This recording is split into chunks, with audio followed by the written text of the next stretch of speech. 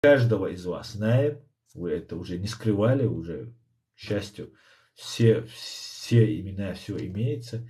Мы каждого будем находить и привлекать уголовной ответственности в соответствии с международным правом. Мы не будем беспределом заниматься. И именно потому, что мы хотим на века, чтобы в чеченском обществе мы заклеймили людей, которые перешли, и наказали, конечно же, чтобы другим впредь было неповадно. Чеченская нация возродилась в 91 году.